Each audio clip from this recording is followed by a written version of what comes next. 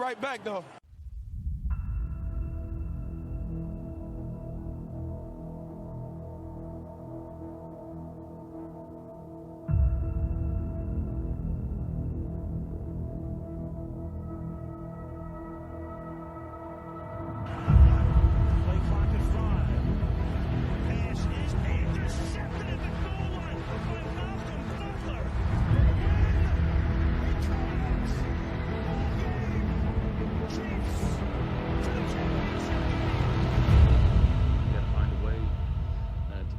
Year and to accomplish what we want to accomplish.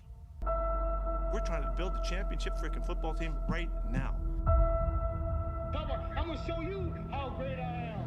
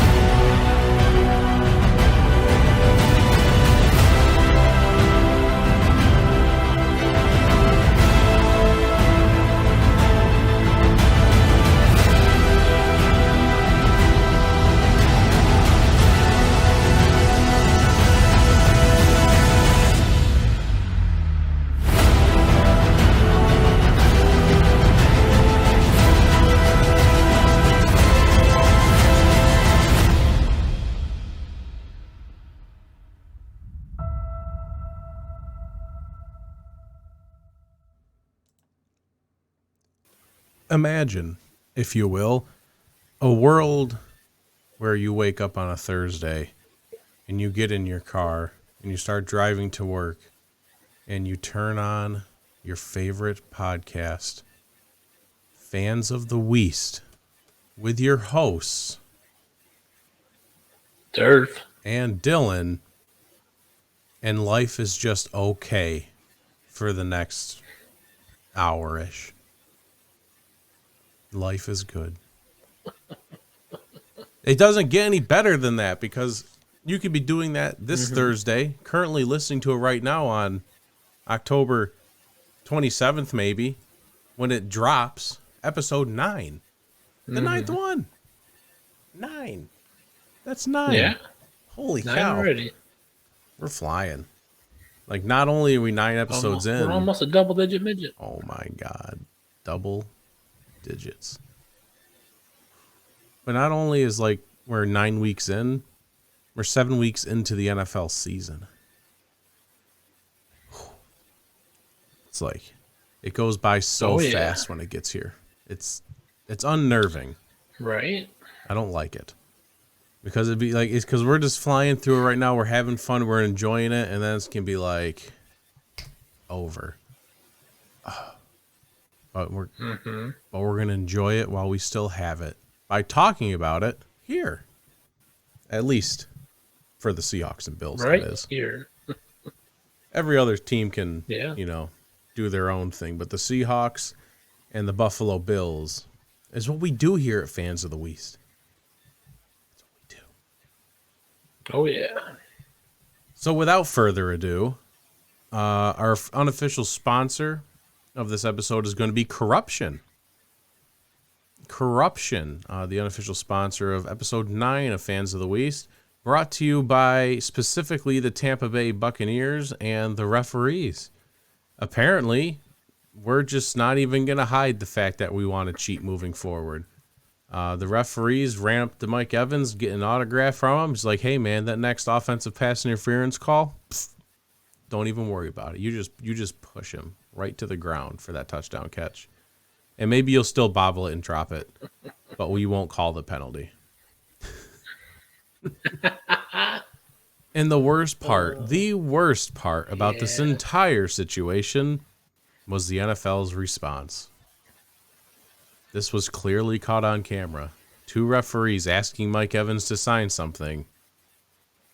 And the NFL's response was, they did not ask Mike Evans to sign anything.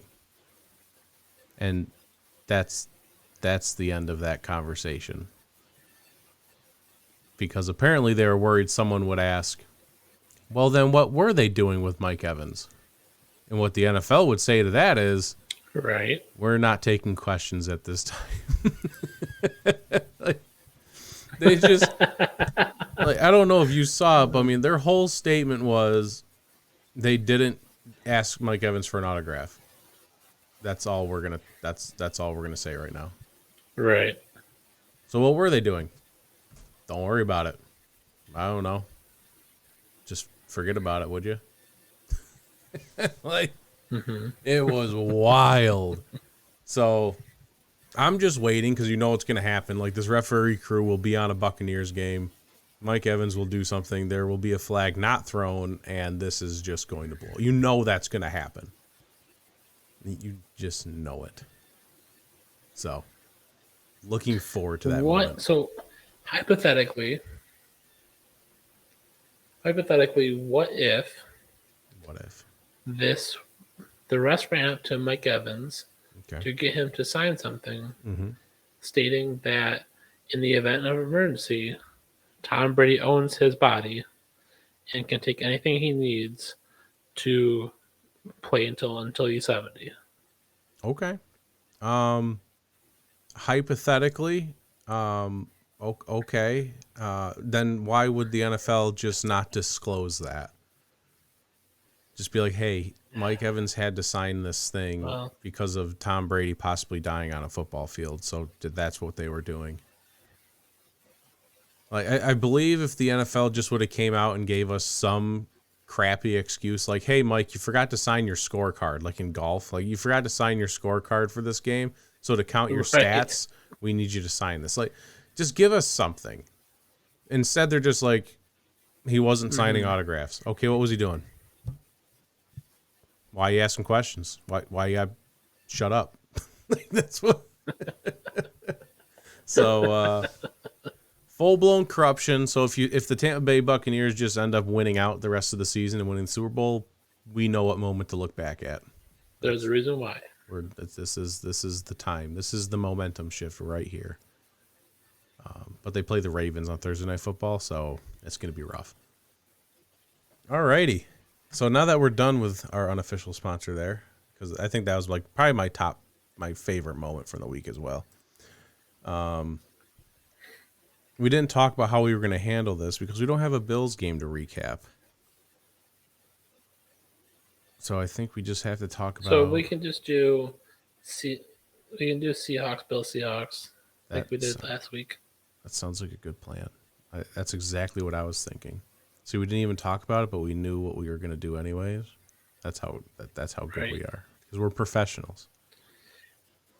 I mean, the Seahawks game coming up is a more enticing game than the Bills game, so Which is very definitely true. want to enter that one.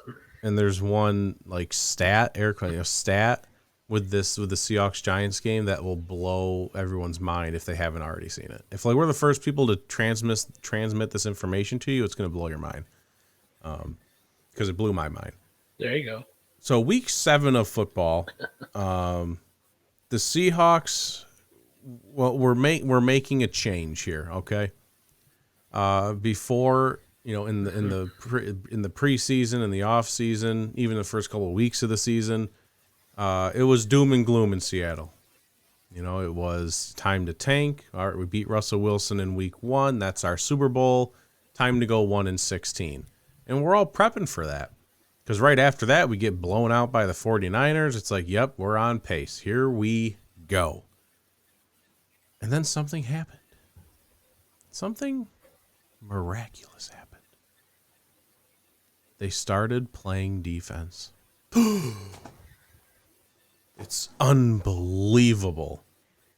They only allow 9 points to the Arizona Cardinals, and then they go into LA and they go up 17-0 to start the game. And, final score was 37-23 still. They only allowed 26 total points of offensive scoring because one of them was a special teams touchdown in Arizona.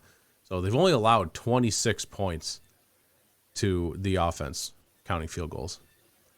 It's insanity because you play the Cardinals, who missing DeAndre Hopkins. Fine, they've been struggling as of late, with the exception of DeAndre Hopkins' return game. But then the Chargers as well, who apparently are just like straight up mid. Like the Chargers just suck at football. Justin Herbert is one of the most overrated quarterbacks in the league. Apparently, I don't know what's happening with the Chargers. It's crazy to be one of the most stacked teams in the NFL and just suck. But anyways, to talk about the Seahawks, Geno Smith once again just showing up. He's dropping dimes to Marquise Goodwin, who is like, as far as I know, like 30 years old, but he's just still amazing. Not only like getting open for these touchdowns and making good catches, it was either a jet sweep or a short pass, and he still has that Goodwin burst, He was always known for his track star speed. He still has that. Because he showed it on that run, but it was called back because of D. Eskridge, who I'll get to in a second. But Marquise Goodwin looks great, and he looked great in that game. I think that was like one of my biggest takeaways, other than Kenneth Walker Jr. the third. Holy shit. This man is a man. He's a rookie, but he's a man. He is so good. And it's not just like good in the sense of like, he can, go for some big runs and he's fast. He's the fastest ball carrier this season. He topped out at over 22 miles an hour on a 74-yard touchdown run. Number one thing, which I mentioned during last week's show, that I noticed when he was playing in Arizona, he did a bunch more in this game, is his vision and his jump cuts, that he's just able to make the whole defense miss. It's insane how electric this kid is right now. His vision's insane. His patience reminds you of prime Le'Veon Bell, because that's like where the whole patience thing started, was Le'Veon Bell. Like he would just literally stand behind his offensive line looking for a hold open and then just burst right through it. Like that's what he's doing. He's so good. Oh my God, he's so good. Right. Like 170 yards rushing and 2 touchdowns, something insane like that. Oh my God. So those are my 2 big takeaways there. Just to talk about the points I actually wrote down last week. Let's see how many of these we nailed. Keenan Allen, he did return, but did absolutely nothing, which might have impacted why the Chargers didn't do so well. I mean, Austin Eckler was pretty much their entire game plan, and Austin Eckler did have a good game, but outside of that, yeah, pretty garbage. To go along, wanted to see the pass rush keep getting. The pass rush kept getting got. The pass rush was amazing. MVP so far on defense. I know Tariq Woolen's been playing very well, obviously, and some other players have as well. Uchenna Nwosu has turned this pass rush into like a top tier pass rush. He had 11 QB pressures against the Chargers. 11. He now leads the league in QB pressures with 31. Leads the league. Insanity. So, yes, the pass rush did get going again, and then the high-powered offense of the Chargers, Geno had to keep up, and he did. Geno did his job, 20 of 27 still, another amazing day of completing passes. 2 touchdown passes to Goodwin. Kenneth Walker did the rest. I don't know. It's just so special right now. Like I know it's going to come crashing down. Like it's hard to believe that this is going to be sustainable. Like that's where I'm at right now. Like, it's just like, cool, we're going through this really awesome stretch of good Seahawk football. When's it going to stop? Like, I don't want to think like that, but it's kind of where my head's at. But it's been the shift in mentality for Seahawks fans, because now we're in first place in the NFC West at 4-3, and I don't know. Can the Seahawks really win the division? They're one of 5 teams who have a winning record right now in the NFC. Tells you how bad the division is, or the conference is, but it all just speaks to them really having a chance at making the playoffs in a season where they were supposed to have like 4 wins at the most, and now they have 4 wins through 7 weeks. Yeah, that's solid. I'm excited. I'm having fun watching this team right now. I think that's the most important thing. I'm having fun watching the Seahawks. Oh, that's good. Yeah, the rookies played well again, especially Charles Cross and Abe Lucas. And then my both bets, decided to absolutely smack. The Seahawks plus 6.5 spread. We could have done a reverse spread. They would have covered minus 6.5. I wonder what the odds on that would have been. And we also covered the over 51. So paid out this week. Very nice. We paid out. Alrighty. There you go. So let's head into the exciting world of Week Ocho. And we finally have Bills football back. It felt like a really long week. The but here we Bills are back in town. Like, what did you even do last Sunday? Were you just bored? We're just like, I don't know. This is stupid. Bye weeks are stupid. Like, I don't even want to watch football. I really barely watch football on Sunday. I'm not sure if you can tell on the audio here, but there might be an echo in the room I'm in because the room is basically empty besides the desk that I use.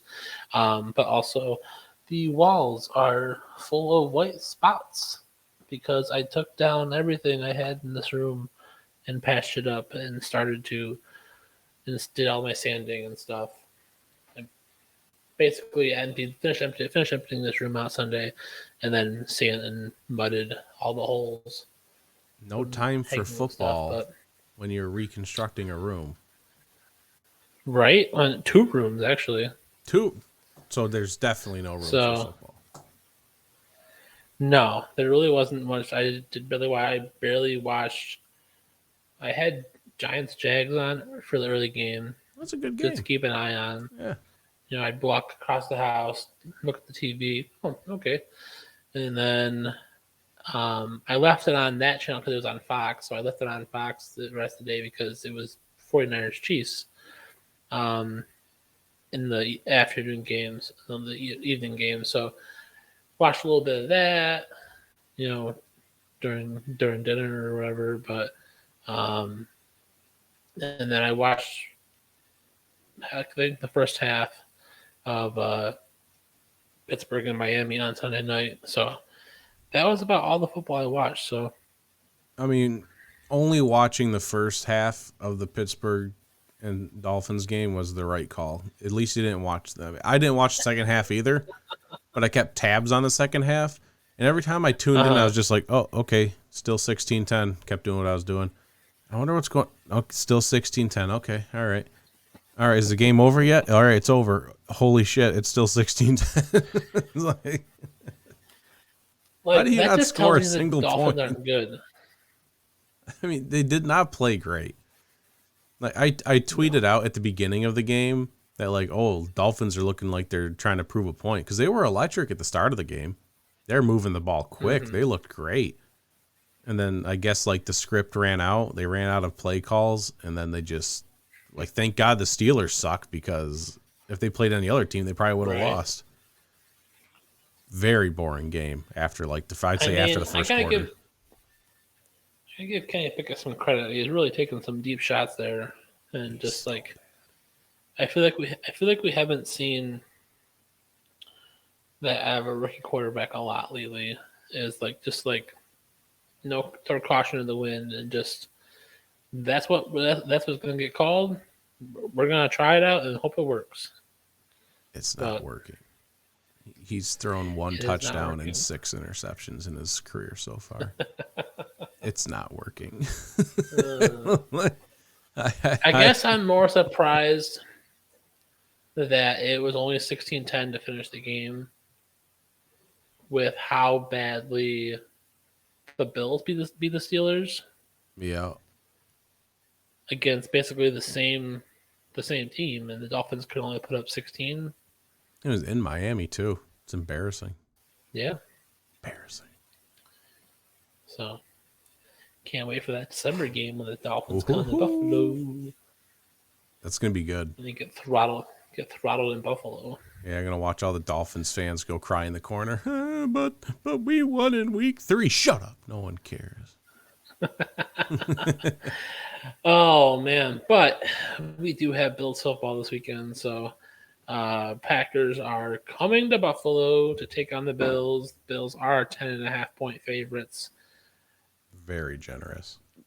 That to me, it just seems so shocking, but not shocking at the same time because of how badly the Packers have played.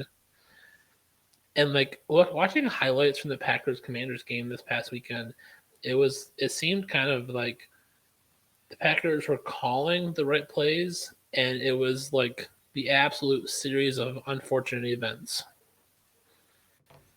Almost, I don't know. I guess I But I can also see feel that. like Aaron Rodgers still made a know. couple of good throws. Right. And like the fourth down call with just like the fumbling the ball there. I mean, not fumbling, but the guy just drops the ball. I mean you're seeing the lack of talent on this team. And it's unfortunate. I say it's unfortunate because, I guess if you're a Packers fan, it's unfortunate.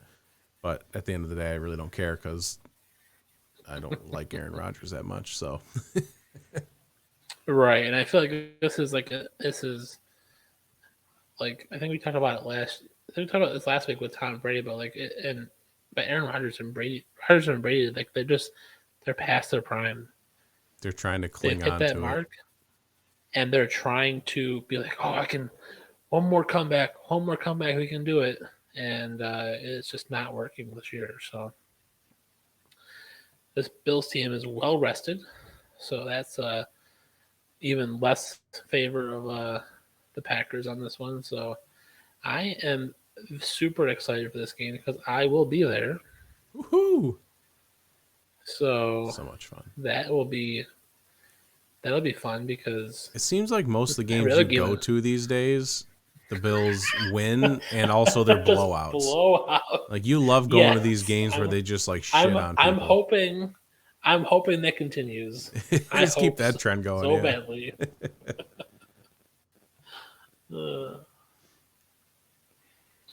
So this will be a fun game. 3 things that I'm looking to watch here.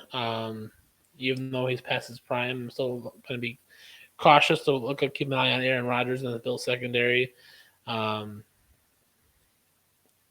the Packers figured out something this week, they're gonna keep the Bills secondary on their toes. But obviously the Bills secondary has done super well this whole season. I mean, look at what they did to the Chiefs 2 weeks ago and made them look more human. So that'll be something to keep an eye on, and maybe we can get 2 interceptions out of this game. That'd be nice. Yeah, 1 interception, 1 pick 6 would be nice. Maybe a fumble 6 on a sack fumble. That'd be good. I'd be happy with that. Yeah. So something that I'm going to keep an eye on too is the Bills' potential lull on offense after the bye week. I don't think it's going to happen, but you always having those scarred years of the Bills playing terrible, you are always holding your breath that they're going to come out of the bye week rusty. And I don't think they will, but that's still something to keep an eye on. Watch them prove me wrong and have like a 99-yard touchdown this week. And then take to tie the record, let's take the record that time for longest touchdown drive. But we'll keep an eye on the Bills after the bye week, see how fresh they really are, and I'm pretty sure they will be. And then the last thing I'll keep an eye on, that's kind of pre-game here. What do the Bills do with Trey White? I don't think he'll start for the game. I don't know if they'll make him active and use him in rotation to kind of let him get him into some live game speed. or use him in certain situations. I haven't really seen much from practice this week.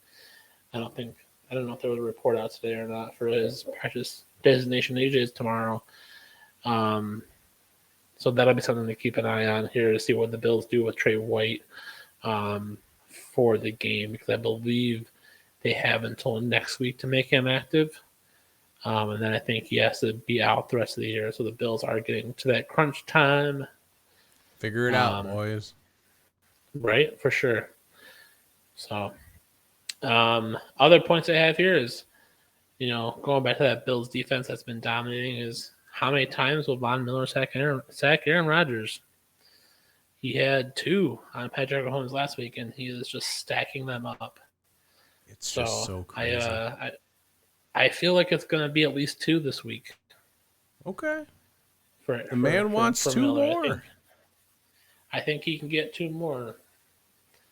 Von Miller's just been playing so well, and he's giving him basically free will to just go after the quarterback when he's on the field is definitely helping out this Bills defense. And I think Aaron Rodgers, because he doesn't have the connection with his offensive weapons, and it does take a second longer to wait for his guys to get where they need to be without throwing the ugly interceptions or throwing the bad balls. I think that gives Von Miller all the time in the world to get to Aaron Rodgers before Aaron gets rid of the ball. So that'll be something to keep an eye on. And then last thing here on my other points is just Josh Allen's MVP journey. Let's see what Josh Allen does this week and see if we can get that early lock on his MVP trophy would be nice. It's going to be hard to get an early lock on it when Geno Smith is vying for it as well. Geno Smith was not even listed before as an option to win MVP. Mm-hmm. This was the first week he's appeared on the list. He has 125 to 1 odds. Really? So he's actually listed as a candidate right now that you can bet on. Wow. Yeah. So he's there. That's impressive, because I would give I would give Geno comeback player of the year all day. Yeah, I feel like that's coming. You kind of forget about that one, but I don't see why. At this rate, I don't know how you don't give it to him, depending on how the season ends, obviously. But right, yeah, because I don't know who else would be vouching for that. Yeah, I'd have to really think about it. I mean, I guess you can see how Barkley turns out. I mean, he's having a pretty good season. Yeah, that's true. I feel like that's like the other major candidate right now. Maybe Jimmy G. Yeah. Come back from being the backup for like the first 3 weeks. Or Come back, yeah. Maybe. Oh, maybe. And then my favorite bet here for this Bills-Packers game is taking the Bills minus 10.5. Yeah, just take what they give you. Mm-hmm. They know it's going to be a blowout. That's why it's at 10.5. I'm going to watch the line movement to see if they give or take any points away. Because Right. this is what I'm curious about. Like, what are they seeing? Are they seeing like, man, 10.5? That was a little generous for the Packers how they've been playing lately. Or are they going to go the other way and they know something like, oh, this is going to be a close one. Everyone's going to be shocked. Like, what? I want to know what they know. Maybe it just stays at 10.5 and they're like, yeah, that's definitely what it's going to be. But It could stay at 10.5. I know Dan Patrick this morning was when they were talking about the game real quick talking about Aaron Rodgers. He was like, oh, is it still at 10.5 or did they get bumped to 11 yet? So yeah, I think a lot of people are thinking this has got blowout written all over it. So yeah, it's just when they made this matchup at the beginning, like in the off season, I don't think this is not what they had in mind. This is not what they had in mind at all. Yeah, they were like, oh, it's gonna be young versus old. It's gonna be great match. Oh no, what happened? But it'll be a good feeling to come off the bye week and just feel strong after, like, we're well rested. We just blew out the Packers. Oh man, we're just ready to go. Yeah. It's gonna be great. Our other Week 8 matchup, we have the Giants coming to Seattle. Now, I have a little bit of PTSD with the Giants coming to Seattle. The last time the Giants were in Seattle, they beat the Seahawks with, I don't even remember who the players were. There were backups everywhere. Their quarterback was probably McCowan. They had like a third-string running back in who ran for 2 touchdowns and like 200 yards. I remember that game.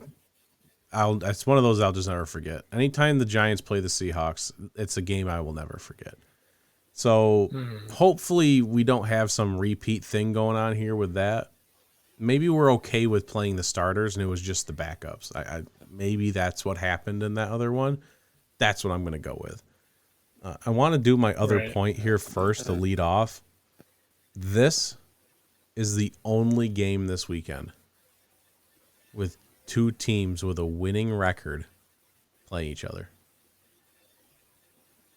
That is... Yeah. There's no way that like happens often, right? Because this is the first time I ever even heard someone say these words. Like this isn't something that happens often, I feel like. And it definitely doesn't happen when it's the Seahawks and the Giants playing each other. Like, holy shit. So I feel like this happens more often than not. Do you think so? But I feel like it's surprising that this is kind of almost midway. I think week 9 was it will be the midpoint, but yeah, you're this close to halfway through the season, and out of all your scheduled games this weekend, you have one matchup that has both teams in a winning record. That's surprising. So. Yeah. I mean, I guess if you maybe some scenarios earlier in the season, being in week 8, I mean. Like, just think of some of these other matchups. You have Baltimore and Tampa on Thursday night. Nope. Tampa Bay is under 500. Even Arizona and Minnesota. Nope. Arizona is under 500. You have the Eagles and Pittsburgh. Pittsburgh has not been doing it this season. San Francisco and Los Angeles. Neither one of those teams are above 500 right now. Green Bay and Buffalo. Green Bay's not above 500. Cleveland and the Bengals. I mean... It's kind of wild. It's wild that your only matchup with winning records is Seattle and the Giants. Let alone it's the weird stat that only one matchup has 2 teams with winning records. It's the Giants and Seahawks. It's like my favorite thing I've heard all season. So, yeah, I'm looking forward to this one. It should be interesting. Because I think it's mostly interesting just because no one saw this coming. Like, this is going to be a very highly anticipated matchup. People are going to be excited to watch, and it's just weird to say. The first point here that I'm really focusing on is I know Daniel Jones has been playing well, right? He's been dropping his dimes. He's been escaping the pocket. He ran for over 100 yards this last week. So the Seahawks, let alone, are going to need to contain Daniel Jones. He showed that he can run. He can be a nuisance with his legs. So you have to look out for that.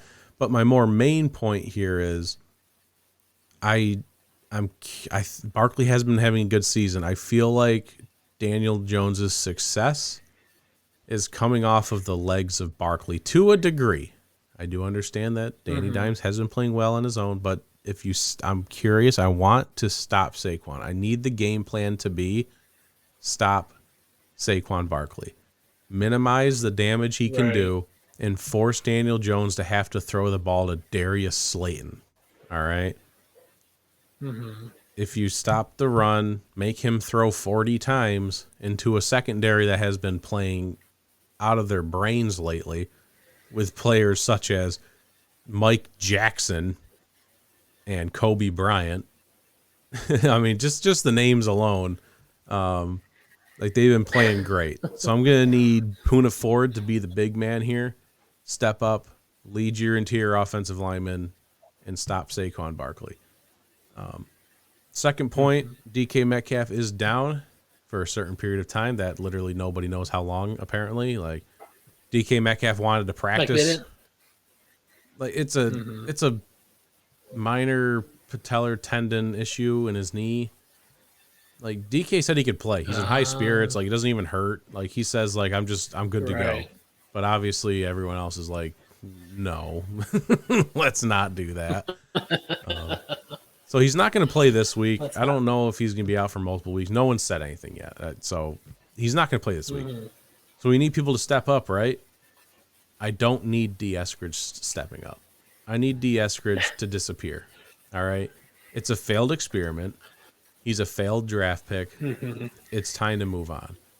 D. Eskridge tried to lose last week's game by himself. Like, I feel like he was a plant by the Chargers. That's how well he played, you know. Like, he had the fumble on a pitch to him because he looked away from the ball before he secured it, so it was a fumble recovered by the Chargers. That Marquise Goodwin run I was talking about, that was called back because it was an illegal block or a hold or blocking a bag or something on D. Eskridge. I mean, the man sucked. He was bad. And it's not like it was one bad game amongst, like, good games. He's bad. No. It needs to end. So Marquise Goodwin, please stand up after your 2 touchdown performance. You are the new number 2, number 3 wide receiver behind, you know, you got all the tight ends that we're utilizing very well lately. I love seeing the tight ends being used. Will Dissly caught 4 targets, 4 catches, and they're all for first downs. So that's just, you love to see that. So Marquise Goodwin, time to step up. I want to see him. This is going to be his role, I feel like. It should be his role. This should be his job this week, to be a big man and step up in a big way. So I'm going to be watching him. And then obviously point number 3 is virtually just always my rookie watch. I want to see Kenneth Walker out-duel Saquon. Although, you know, I think the Giants will have almost the same game plan now. Because Kenneth Walker's popped off back-to-back games. Like, I feel like they're going to go into this. Right now, a Giants fan's doing a podcast, and he's saying we need to stop Kenneth Walker. And I'm sitting here saying we need to stop Saquon Barkley. So we're going to have a quarterback duel. Unless, you know, Kenneth Walker can just, you know, do his thing, which is what I want him to do. I want him to just keep going. Be the NFL leading rusher. The man is on fire right now. Just keep going. You do you, young blood. Just get behind our future Hall of Famers and Charles Cross and Abe Lucas and just do it. So I'm just trusting Tariq Woolen, Colby Bryant, our guys on defense, to keep doing what they've been doing all season. I'm close eyes on the offensive line and Kenneth Walker. So I'm a little worried to see if that, like, you don't get the run game going. Can Geno throw 40 passes? Because I don't think he has all season. I mean, usually it's like less than 30. Yeah, usually, he's an under 30 attempt kind of quarterback right now. So yeah, he's not like Justin Herbert, who's going to go out there and throw 55 passes. It's not going to happen. Right. Not that it's any good for Justin Herbert to do that anyway, but still. it's a bad game plan. It hasn't panned out well for him. So yeah, those are the points I'm looking for right there. And my favorite bet, brought to you by our official sponsor. If you use OOTF promo code, because I'm too lazy to change the code, you can get 125% deposit bonus at BetUS. It's a sports book where you can bet on sports in the U.S. BetUS. All righty. My favorite bet is going to be under 45.5. I know that I said I was done betting Seahawks unders because all these games just seem to just spiral out of control one way or another, with exception to the Arizona game. But I chose the under on this one based off of some reading I was doing. Giants games have gone under in their last 32 games, 24-6-2. 24-6-2. 24 games have gone under. That's a stat that's hard to ignore. That's a lot. And they have to compete with the Seahawks, who have gone over in 4-7 this season. So I feel like that's been more because the defense has been bad in those first couple of games. So, you know, the other team scoring 40 points along with the Seahawks scoring 20-30. So now that the defense has come alive for Seattle, I think we'll see some of these lower-ish scores. And the Giants obviously have a knack for keeping the score under. I think this is one that it's going to be a little bit of a grind fest. Final score of, 21-17 kind of style. Which that's still under, right? I could see that. Yeah, 21-17, yeah. Yeah, that puts you at 38. Yeah, so that's what I could see. Yeah. I mean, any thoughts on that game yourself? I mean, you looking forward to that one? Yeah, I feel like it should be pretty fun, huh? Yeah, I think that should be a fun game. I'm assuming they're the 1:00 game. Well, it's in Seattle, and they it's have in a knack Seattle, so it of should be putting 4. Seattle as in 4 should be 4. games. Yeah. Yeah. I'll double Usually check. anything on the West Coast is an automatic 4:00 usually. Because nobody's out here waking up at it's 4:00. Ain't no one out here trying to go to like a 10:00 football game on the Pacific Coast. 10 a.m. Yeah. game. I mean, that would be something, but also it should be 4:00 because the London game this weekend too. Oh, that's right. There is a London game, isn't there? The I Broncos think and the it's Jags. Saints. Yeah, Broncos Jags. I was thinking Saints Jags, but no, Broncos Jags. Saints already took their turn. So, yeah. Speaking of international games, kind of like my last thought here with the international, like when they announced the schedule and like all the international games, remember when they announced it was going to be the Seahawks versus the Buccaneers in Germany? Yeah. And everyone was just like, including myself, everyone was just saying, oh, wow, Germany's going to get their first taste of live NFL football, and it's going to be the Buccaneers beating the Seahawks 45-3. Like, that's going to be fun, right? Now look at the matchup now. It could be 45-3 the other direction. Probably not that bad, but I mean, could be. It's crazy. It's crazy Could how be fast things can 10. change. Yeah. Will Tom Brady be the quarterback by then? Will he be benched or will he retire before that? I think he'll still be the quarterback. Yeah, probably. Will Todd Bowles make it past the season? Probably not. Is he the head coach right now? Yeah. Oh, I didn't even know. He's not a good head coach. He's a good coordinator because it keeps him out of the spotlight because he makes dumb comments. He's always been a coordinator. Like his whole career, he's been a coordinator. Yeah. I mean, he had his head coaching stint with the Jets, and that turned out pretty bad. And then he got the promotion at Tampa. Well, so good for him, I guess. Yeah, he's not doing well.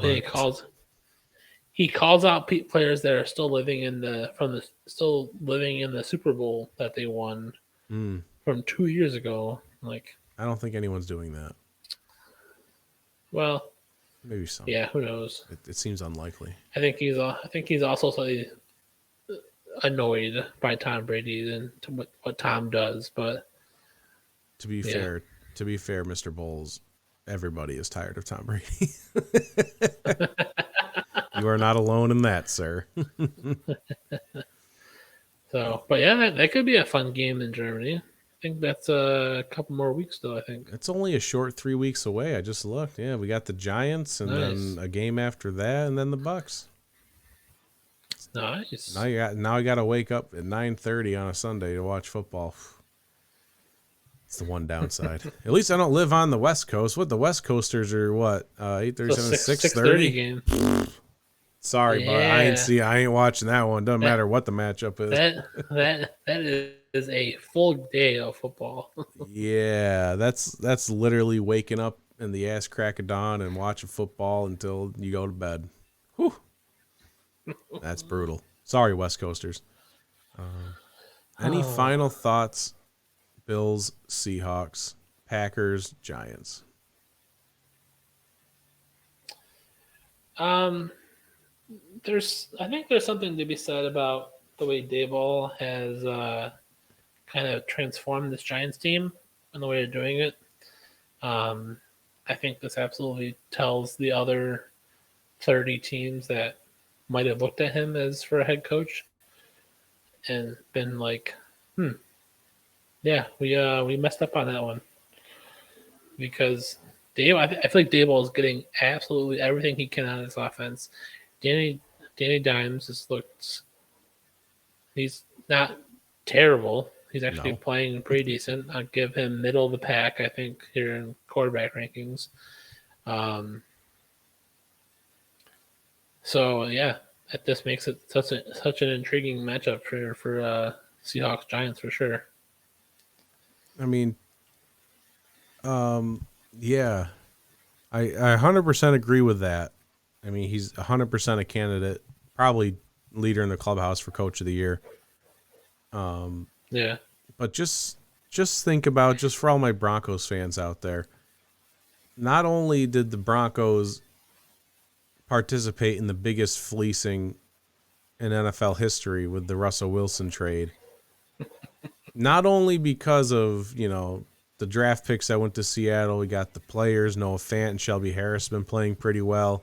Those draft picks turned into great players, and they're going to continue to turn into more players, while Russell Wilson is just going to sit there and apparently do nothing. They also decided to hire a head coach that most likely at this pace will not make it to the end of the season. They might not make it to their bye week with Nathaniel Hackett as their head coach. And they interviewed could have had Brian Daboll. Yeah. I mean, maybe the Russell Wilson thing is not as big of a deal if Brian Daboll is there. Maybe he is able to do something with this offense, and the Broncos are the juggernaut team everyone thought they were going to be. Right. Or maybe Russell Wilson is just that bad, and it's not that. Maybe Brian Daboll wouldn't have been able to help anyways. I don't know. I mean, I think it's a combination of both. Yeah. I think Russell Wilson is really that bad, but like Hackett made Rodgers in Green Bay look good. I'm a little curious about that. I'm curious about that. I think there's something to say there, that maybe Nathaniel Hackett is so concerned about trying to be the head coach, but also still trying to call his offensive game plan, that he's not being aware of his surroundings as a head coach and knowing when to do certain things and taking on really that full head coach responsibility, I guess. So, but I really don't think he'll make it to I don't think he'll make it to the end of the season. The math just isn't mathing there, because like Nathaniel Hackett leaves Green Bay and Aaron Rodgers isn't as good anymore, and you're like, oh, maybe it's because Nathaniel Hackett left. But then you look at Denver and you're like, holy shit, he's like the worst coach I've ever seen, and Russell Wilson is not prospering whatsoever in this system. Right. It's weird. The math ain't mathing, but I was thinking definitely weird. I was thinking about titling this episode the biggest fleece in NFL history. So I had to talk about that a little bit, just a little bit. Yeah, a little bit. Because apparently the Brett Rippon era is not going to happen because he played like absolute dog water. Yeah. So I'll pray for all you Broncos fans out there, mainly some of my coworkers. I'm praying for you. Godspeed. And then, Bills fans out there, good luck in beating the Packers by hopefully double digits. Hopefully your bet's there with the minus 10.5. And to all my fellow Seahawks fans, keep your heads up, okay? We're doing something special right now. It may come crashing down. Just bear in mind that if it does come crashing down, that was just the expectation in the first place. So just so you know, like, don't get too excited. So alrighty. Well, that was episode 9 of Fans of the Weast. You can find us at Durf and Dylan, YouTube, TikTok, Twitter, all kinds of different places for our handle. And it's been a fun one, folks. We're your hosts, Durf and Dylan. Go Hawks. Go Bills.